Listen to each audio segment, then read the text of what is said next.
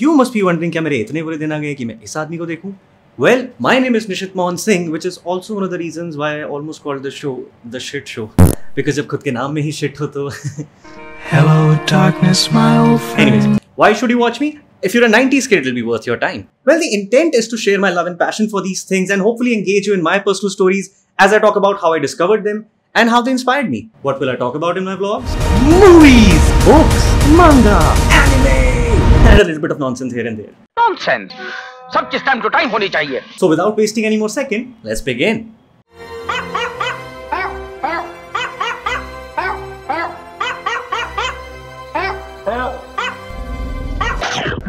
Well, the year is 1993. I'm in 3rd standard minding my own cartoons and Hot Wheels when I stumbled upon this small article.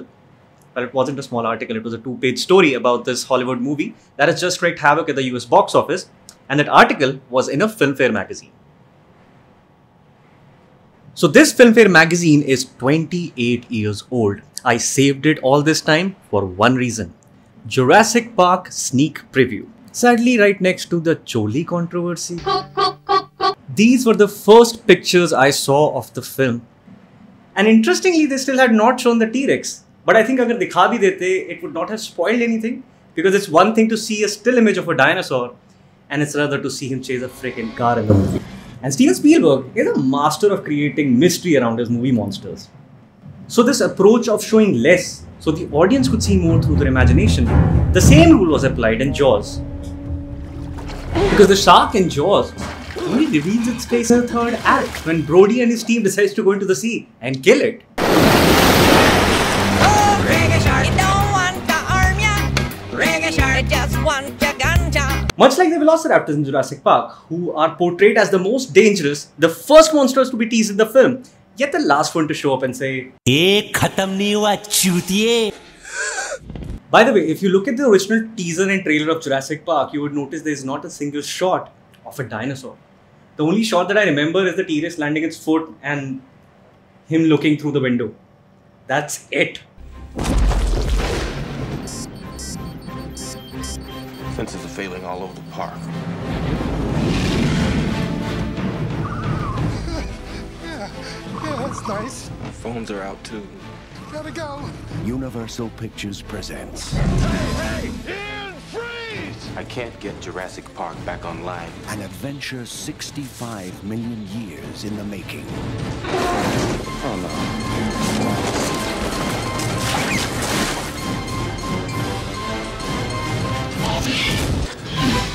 You sure we're safe? Yes. Unless they figured out how to open doors.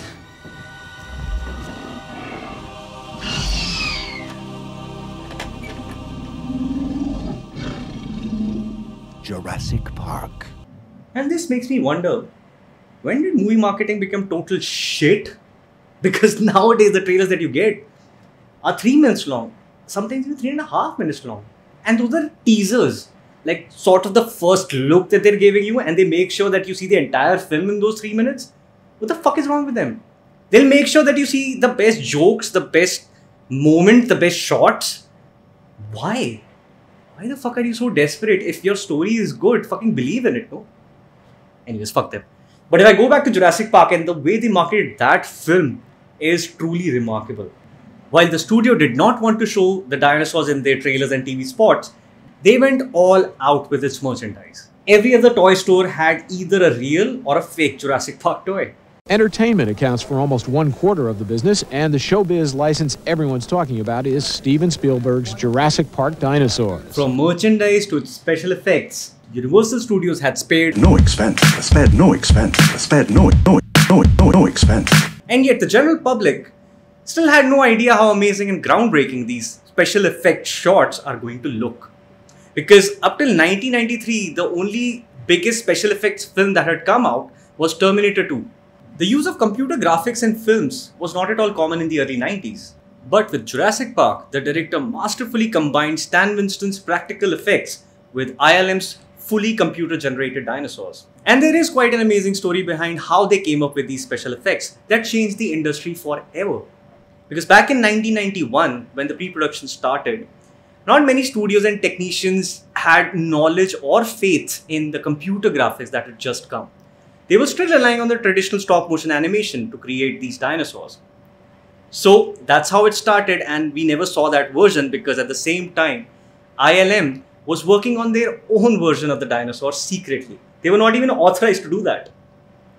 And then, when they showed the test footage to Steven Spielberg, uski gaadi phat gayi. And then one day I got a call from Dennis Muren at ILM, who already had the job of doing Jurassic Park with Phil Tippett. And Dennis said that he thought that he could pull off a full-size dinosaur that would be authentic to the eye. Tippett didn't really know this was going on. So Dennis had met, with Amblin and said, I got to show you guys this kind of cool test. It was just me and Stan Winston, and we went down and showed it to them, and they just went nuts. There were about 5 or 6 of us that gathered in the Amblin screening room.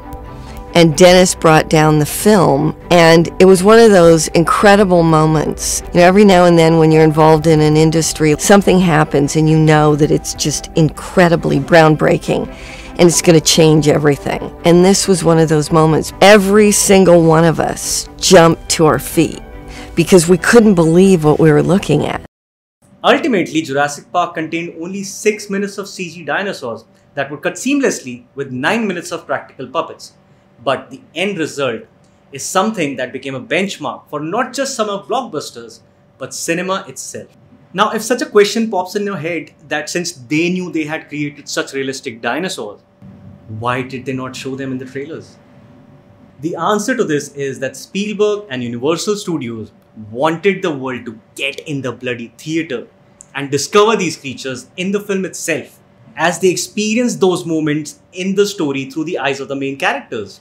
It was fantastic. It was so scary. It really was the most exciting film I've ever seen. I think if not for the laugh lines in it, people would have had heart attacks. That they were able to get such a visceral, immediate response. I mean, it didn't say this is an effect. It was like, bam. It's the best picture I've seen in about the last 10 years. So besides thanking the Filmfare magazine for introducing me to this masterpiece, my search to watch this film started from September, and I started going to my nearest video store every day with the same question कि भैया Jurassic Park की video cassette आई कि नहीं.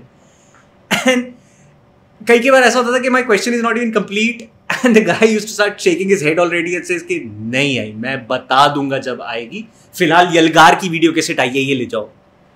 तो ये चलता रहा किस्सा अगले 3-4 महीनों तक until that beautiful Sunday morning happened. I think it was December or January, काफ़ी कड़ाके की ठंड पड़ी हुई थी. सुबह के 10-10:30 बजे हुए मैं अपनी रज़ाई में घुसा हुआ हूँ, still deciding whether to wake up now or half an hour later because आलसी का पट्टा. I also remember that Byomkesh Bakshi was on TV, even though we had cable by then, but for some reason my parents chose to watch a DD1 program because शौक बड़ी चीज़ है. But जो चीज़ मैं कभी नहीं भूल सकता वो ये कि if our cable operator is about to show something exclusive, he is going to make an announcement. And that announcement is not going to be like a loudspeaker thing कि जो वो बाहर सड़क पे, स्कूटर पे या कहीं पे भी बोलते हुए जा रहा है, नहीं. Or even like a ticker that would follow at the bottom of the screen, नहीं. जो आप प्रोग्राम देख रहे हो ना, जो ब्योमकेश बख्शी का एपिसोड उस दिन चल रहा था, उसका ऑडियो अचानक से चला गया. वो ब्योमकेश बख्शी विजुअली अपना केस सॉल्व कर रहा है, बट पीछे से आवाज आती है, आज 11 बजे देखिए इंग्लिश पिक्चर जुरासिक पार्क. और हमारा केबल ऑपरेटर इतना भला आदमी था, उसे लगता था कि मेरी किसी ने भी नहीं सुनी है पहली बार, तो मैं यही सेम बात 2 बार और रिपीट करूंगा सेम पेस पे. 10:30 बजे English picture Jurassic park. And Jurassic Park, well, forget Jurassic hit my eardrums. I woke up as if कि मतलब काटो तो बाहर Red Bull निकलेगी. Watching Jurassic Park in the theater for the first time would have been an unforgettable experience for the audience. But मैं बात कर रहा हूँ इंडिया की, जहाँ ये फिल्म रिलीज हुई थी in April of 1994. So almost a year later after its US release. But the bootlegged prints had started floating around in November or December. So our cable operator must have gotten one of those VHSs. It was also one of the first Hollywood films to be dubbed in Hindi because they realized it has so much of potential that if they dub it in regional languages, it'll make more money, which it did. But ये तो मैं 3-4 महीने पहले की कहानी बता रहा हूँ, जब किसी को कोई आइडिया भी नहीं था if it's gonna release in India at all or not.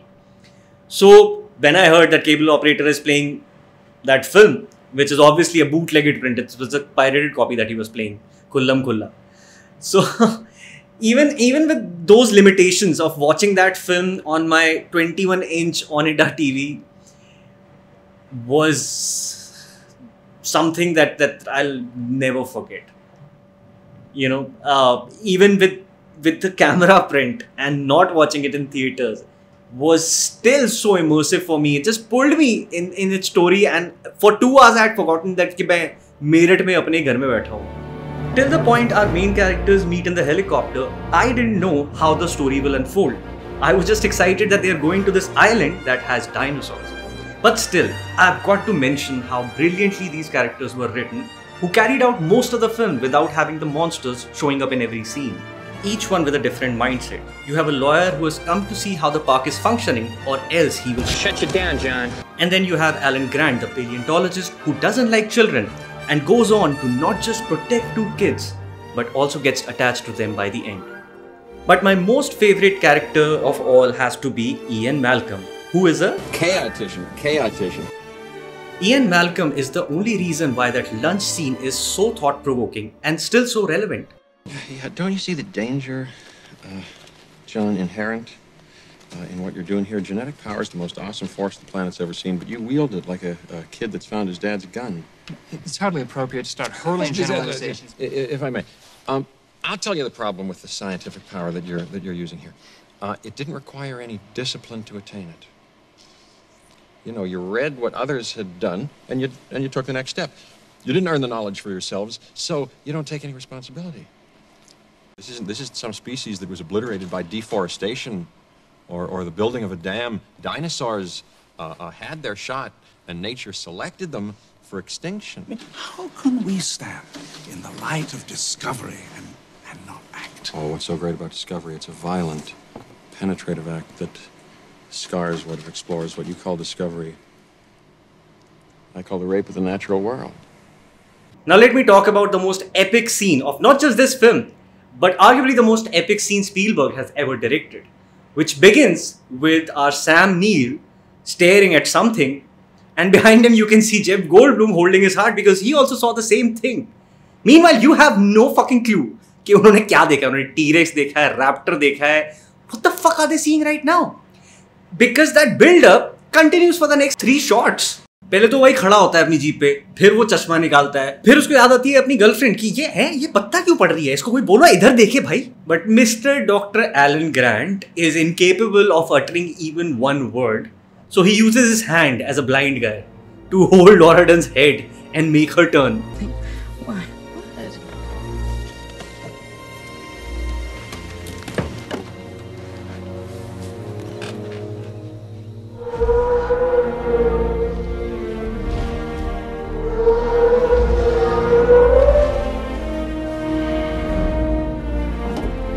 And when we finally cut to their point of view and see the feet of a brachiosaurus, while the jeep is in the foreground to set the scale, जिससे पता लग जाए कि इंसान कितने छोटे हैं उसके आगे.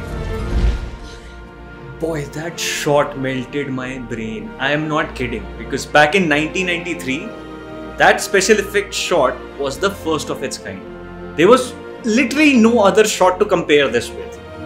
And the very fact that the brachiosaurus was not fitting in the frame made the shot even more realistic.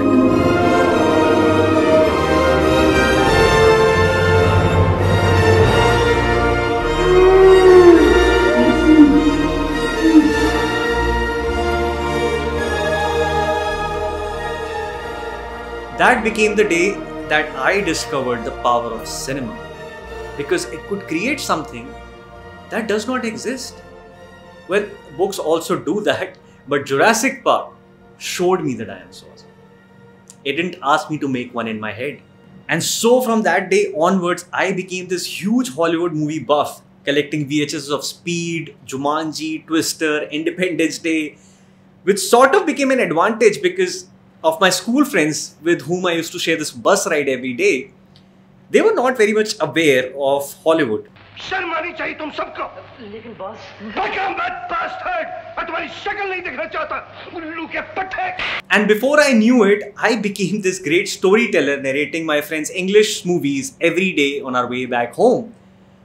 Until a point I ran out of real movies. and I started narrating fake stories to them because of the attention I was getting. But to my amazement, they did not notice the difference. They were equally engaged in it as they were in the real stories. And I think why that trick worked with my friends is that I was borrowing moments from the films that I liked and was combining them in a somewhat new story. But of course, I was changing the characters and their motivation. But that trick worked like magic. So what happened next? I started writing more of these fake stories in the back of my notebook while the class is happening. Because whoever gave a fuck about studying and scores? I mean, I have just found my audience. The audience who would reserve a window seat for me every day after school.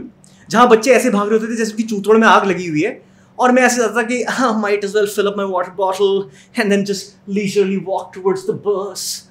और उस बस में घुसते ही it used to be such a fan moment where like 5 different people from every other corner just screaming my name. निश्चय तू इधर आ, तू इधर आ, नहीं तू इधर आएगा, तू इधर आएगा.